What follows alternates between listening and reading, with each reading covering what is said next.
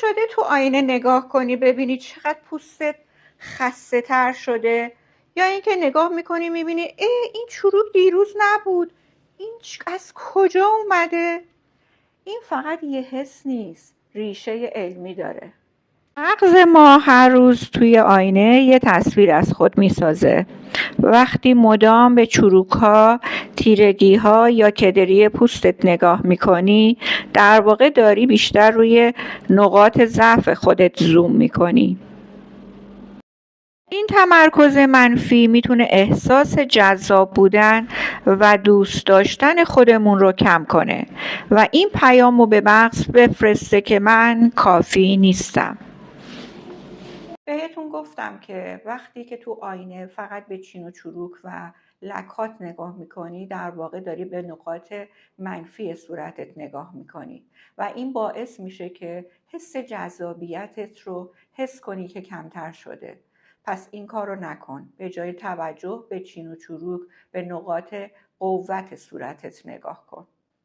این حس منفی متاسفانه در مادرها بیشتر از بقیه است. چرا؟ چون مادرها همیشه اینجوری یاد گرفتن که برای دیگران فداکاری کنن و خودشون همیشه ته صف هستن. وقتی مادر حس کنه مثل گذشته جذاب نیست، توی روحیش، توی رفتارش و ارتباطش با دیگرون تأثیر میذاره.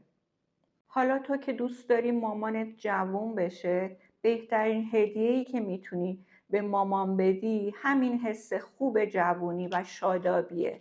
شادی درونی از صورتت شروع میشه. مطالعات علمی نشون دادن مادران و زنانی که به خود مراقبتی و اسکینکر خودشون اهمیت میدن خوشحالتر و سالمترن.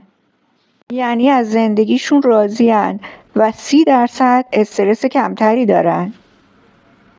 تحقیقات PMC ثابت کرده که مادرانی که شادتر هستند بچه‌های سالم و شادابتری دارند و در آینده این بچه‌ها دچار اضطراب کمتری میشن.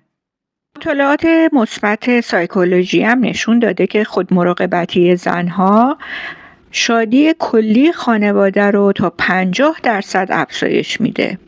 حالا نوبت توئه. این پست رو برای تمام مادرایی که میشناسی بفرست تا مادرای بیشتری دیده بشن و بدرخشن.